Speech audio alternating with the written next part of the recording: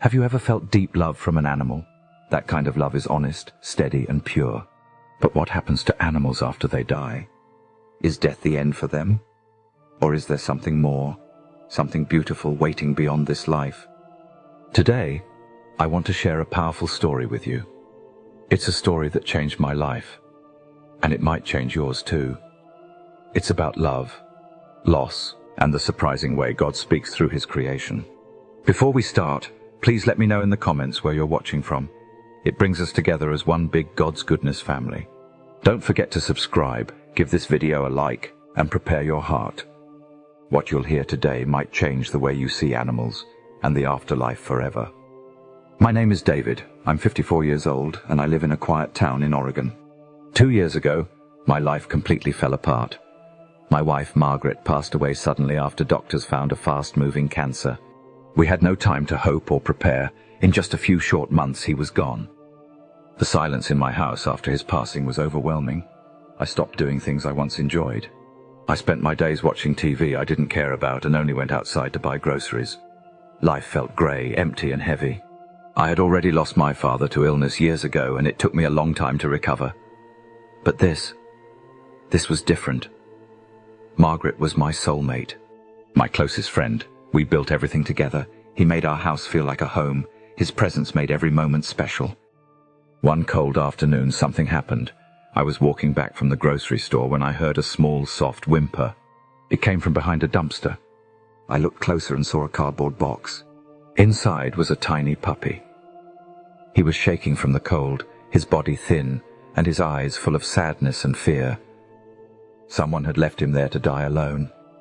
I'd never had a pet before. I always thought animals were too messy, too much work. I wasn't a dog person, but in that moment I couldn't leave him there. I picked him up, wrapped him in my coat and brought him home. I told myself I'd take care of him for a while, just until he got stronger, then take him to the shelter. But things didn't go as I planned. The puppy was wild. He was full of energy and constantly causing trouble. He chewed on shoes, ran around the house, knocked things over, and never listened to me. I was already dealing with so much grief, and now I felt like I had taken on even more stress. I didn't see the value in him. He felt like a burden. The once quiet house was now full of barking and chaos. Every time he misbehaved or ignored me, I felt more frustrated and overwhelmed. But slowly something started to shift. There was something about him, something different. His eyes were always watching me. It was like he could feel my sadness, like he was trying to tell me something without words. At first I ignored it. But the more time we spent together, the more I began to see he wasn't just a problem. He was a little soul trying to reach me. As he grew stronger, something inside me started to heal. I noticed it first in small ways. I started to smile again. I started to feel something other than pain. He made me laugh. He made me move.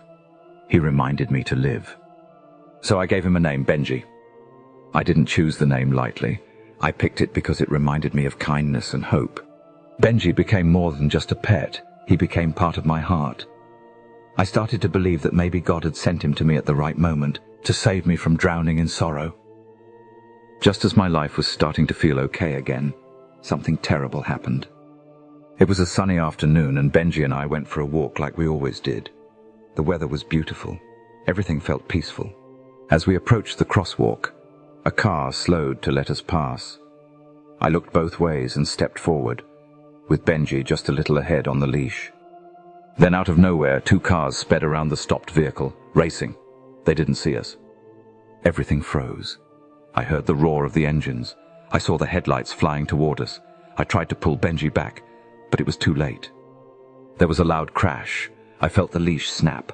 I was thrown into the air. Everything went dark. I opened my eyes, but everything was dark and silent. I couldn't feel pain, but I also didn't feel alive. I floated in this quiet space, weightless, surrounded by nothing. Then a light appeared. It didn't come from the outside.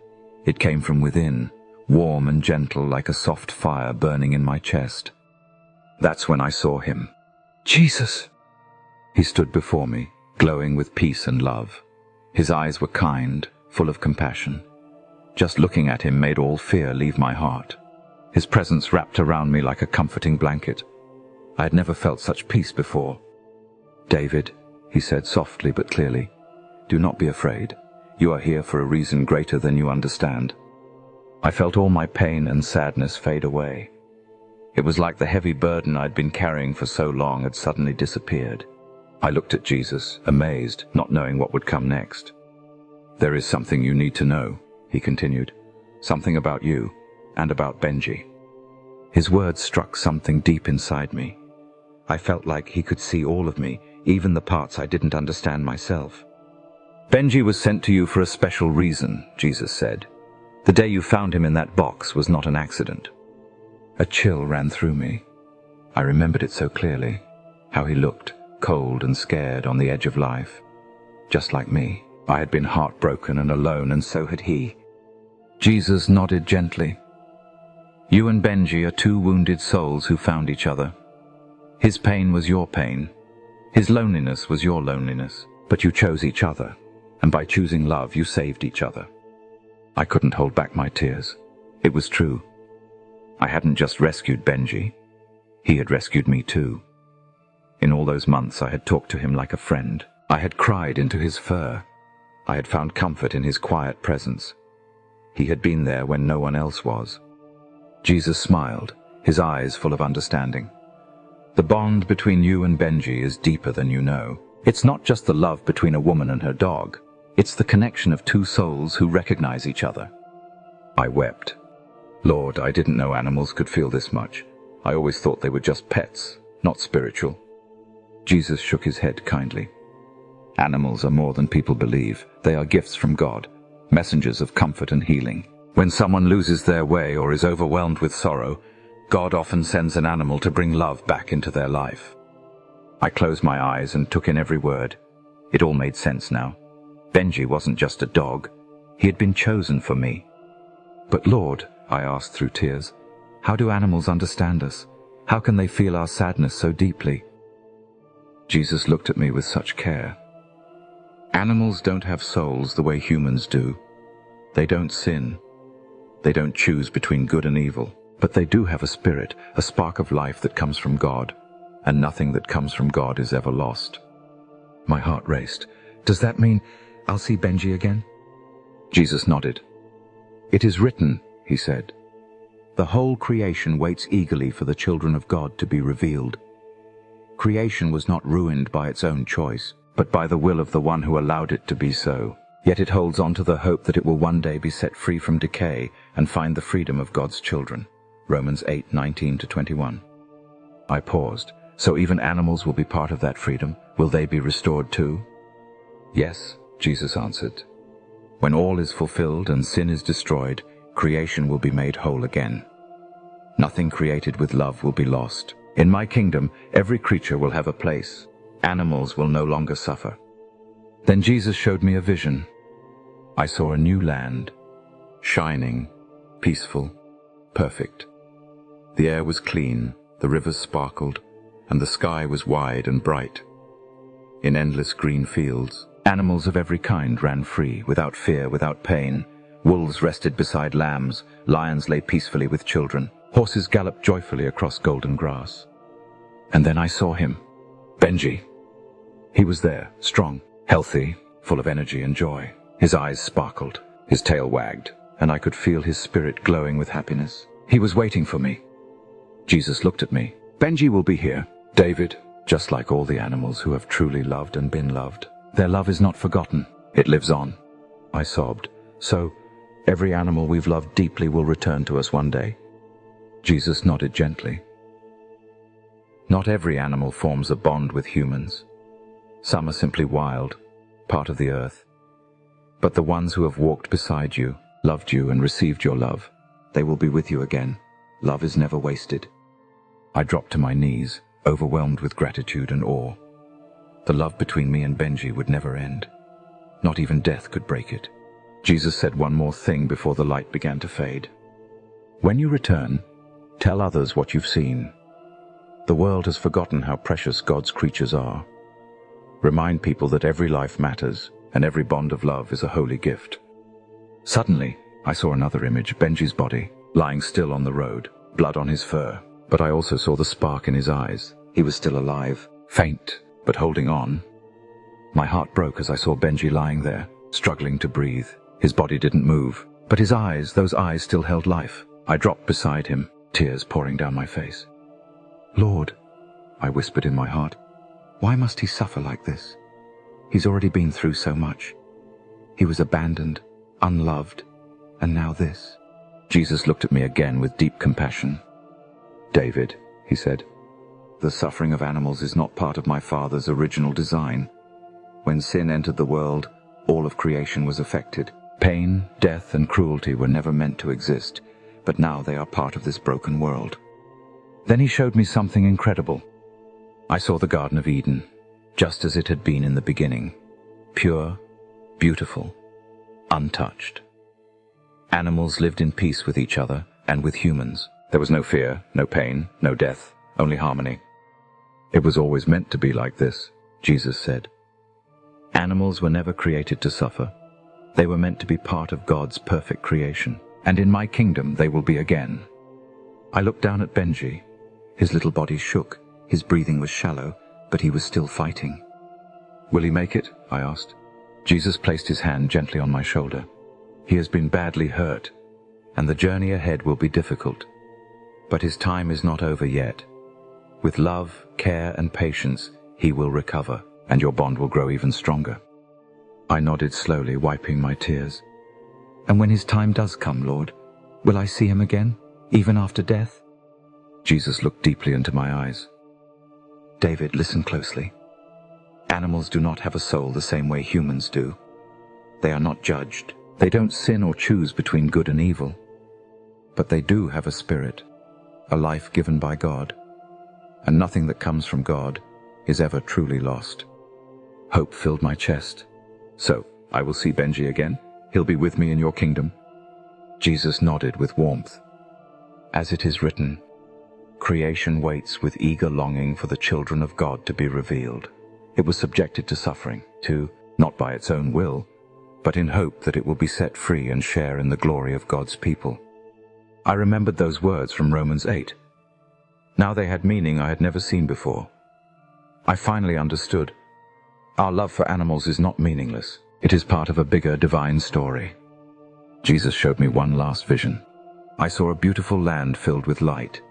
Streams flowed like silver, flowers bloomed in colors I'd never imagined, and across wide open fields, animals played and rested in peace. They weren't afraid anymore. They were whole, happy, free. Then running toward me was Benji. He looked strong and joyful. His tail wagged, and his eyes shone with pure love. There was no more pain, no more fear. He was looking for me, waiting for me. "Benji will be here," Jesus said, "just like all the animals who have shared real love with those I've created. That kind of love is never forgotten." Tears streamed down my face. "So, every animal we've truly loved, those who loved us back, will be there?" "Not all animals form deep bonds with people," Jesus explained. "Some simply pass through our lives, but those who walk the journey with you, who give and receive love, they will have a place by your side. Because love, David, is never wasted." I felt overwhelmed by emotion. The bond between me and Benji would never be broken. Not in this life, not in the next. Then everything around me began to fade. The vision slowly disappeared. The warmth of Jesus' presence began to pull away, and the world around me started to grow clearer. Before I returned to my body, Jesus spoke one last time. "When you wake up, share this message. The world needs to remember how precious my creation is. Tell them that every life matters, and every connection formed in love is holy." The last thing I saw was Benji, still hurt but breathing. Then I woke up. I was lying in a hospital bed, surrounded by beeping machines. My body ached. My head throbbed. But my thoughts weren't on me. They were on Benji. "Where is he?" I asked, my voice weak. The nurse looked at me gently. "The dog is alive," she said, "but barely. The vet is doing everything possible." I prayed every day in that hospital. I begged God to save him. "Lord," I whispered again and again, "you sent him to help me. Please don't take him away." The doctors said his condition was serious. He wasn't responding. He didn't move. But I didn't give up. One morning, weeks later, I sat beside him at the vet clinic. His breathing was still shallow. His body lay still. I was exhausted and afraid. I leaned close, my voice trembling. "I'm here, Benji. Please stay." Then something happened. His paw twitched. His chest rose deeper. Slowly he opened his eyes. They were tired, but they were alive. Our eyes met. Something moved in my heart, a wave of peace and hope. He was still with me. The vet said his healing would take time. It would be a long road, but to me, it was already a miracle. "You did it, Benji," I whispered, kissing his head. "You came back." From that day forward, we healed together. It wasn't easy. There were hard days, but we were no longer alone. He had scars. So did I. But our spirits were stronger. We were whole again. Time moved forward, as it always does. Benji was never quite the same physically after the accident. His movements were slower, and he tired more easily. But his spirit, his spirit, was even brighter than before. He stayed by my side every single day, loyal and loving, always watching over me like an angel on earth. We spent several more beautiful years together. But I knew deep inside that time was catching up with him. Then one morning I faced the moment I had been dreading. I was helping Benji into the yard for his daily therapy walk. The sun was just rising, and the world was still quiet. He stopped walking. He looked up at me. In his eyes I saw something I'll never forget. Love, peace, and a kind of sadness too. He wagged his tail gently, and with great effort took a few small steps forward. I knelt beside him, tears already falling. "Hey, my friend," I whispered. "I'm here." He looked at me once more. His eyes were tired but full of meaning. It was like he was telling me thank you, that he loved me, that he was ready. "I love you, Benji," I said. "Thank you for everything." With one last soft wag of his tail, he rested his head in my hands, and then he closed his eyes. His body relaxed. He was gone. I don't remember how long I stayed there, holding him, my face buried in his fur, crying. The pain hit me like a storm, deep and powerful. I had lost him. My precious Benji. My friend, my protector, my reminder that I was never alone. Was it really over? No. Because in that moment of deep sorrow, I remembered Jesus' words. "In my kingdom, nothing that has been loved will ever be lost." I closed my eyes and repeated those words over and over. They were like a warm blanket wrapping around my broken heart. Benji was not gone forever. His body may have stopped, but his spirit, that beautiful spirit, was still alive. And one day, I would see him again. Even now, every morning when I wake up, I glance at the spot beside my bed where he used to sleep. It's empty, but I still feel him with me. In the quiet moments, in the soft breeze, in the way my heart remembers his love. And I know that when my time comes, when God calls me home, Benji will be there. He'll come running toward me. This time there will be no pain, no sickness, no end. We will be together forever. After everything I've seen and felt, I know I can't keep this to myself. This story isn't just mine, it's for anyone who has ever loved and lost. For anyone who has looked into the eyes of an animal and felt comfort, peace, and unconditional love. Jesus showed me the truth. Animals are not just pets. They are not background characters in our lives. They are gifts from God, sent to guide us, comfort us, and remind us that we are never alone. Benji wasn't just a dog, he was my sign from heaven. And I believe with all my heart that God sends these signs to many of us. But how many of us recognize them? How many of us understand that the animal beside us isn't just a companion, but a messenger of divine love? Sometimes we're too busy. Sometimes we overlook the value of a quiet moment or a simple gesture. But right there, in the presence of that loyal friend, might be the answer to the prayers we didn't even know we were praying. When I found Benji, I thought I had saved him. In truth, he had saved me. God knew what I needed, even before I did. Benji and I were both broken, both hurting. But through our shared pain, we became a light for each other. That wasn't random, that wasn't by chance, that was God's plan. Animals are not toys. They are not possessions to be tossed aside. They are sacred creations, entrusted to our care. The Bible shows us again and again that God watches over all creatures. He values every life, even the smallest sparrow. So how can we treat any life as unimportant? Every time an animal suffers because of human cruelty, it's as if a part of creation is crying out. But every time we care, show kindness, and give love, we are answering a holy calling. So if you have an animal in your life right now, a dog, a cat, a bird, or anything else, Don't take them for granted. Look into their eyes, feel their trust, know that they were sent to you for a reason. And if you don't have one, but feel a longing in your heart, don't lose hope. Maybe your sign is still on the way. Maybe there's a creature out there who needs you just as much as you need them. What I've learned is this. When someone is walking through deep pain but keeps their faith alive, God sends help. He sends a light in the darkness. Sometimes that light is wrapped in fur. Sometimes it comes with a wagging tail or a purring chest. But always, it comes with love. Benji was my light, my seal of help. I didn't know it at the time, but now, looking back, I see it clearly. God had written our journey long before I ever found that little puppy near the dumpster. Maybe you've had a Benji in your life too. Maybe you have one now, or maybe one is still to come. But please, don't ignore the signs. Don't miss the miracle standing right beside you. Because in God's kingdom, nothing loved is ever lost. The time we share with them is never wasted. The love we give is never forgotten. And one day, we will be reunited. That is His promise. If there's one thing I hope you carry with you after hearing this story, it's this. Animals are a gift from God. They're not just part of our world. They're part of God's plan to show us love in one of the purest ways. They are messengers of hope, comfort, and healing. They teach us about loyalty, patience, and forgiveness without saying a single word. Let's not ignore that gift. Let's not overlook the animals God places in our lives. We have a responsibility, not just to feed them or care for their physical needs, but to recognize the sacred role they play. They are not just pets. They are companions chosen for us. And in many ways, they are mirrors of God's own love. So the next time your dog sits by your feet when you're feeling down, or your cat curls up beside you during a stormy night, don't brush it off. See it for what it is, a gentle reminder that you're not alone. If you've made it this far in this video, I believe it's because you have a big heart. You understand the power of love, the kind of love that doesn't speak in words but speaks straight to the soul. Maybe you've lost an animal that meant the world to you. Maybe you're hurting. Maybe you've been wondering, will I ever see them again? I'm here to tell you that yes, you will.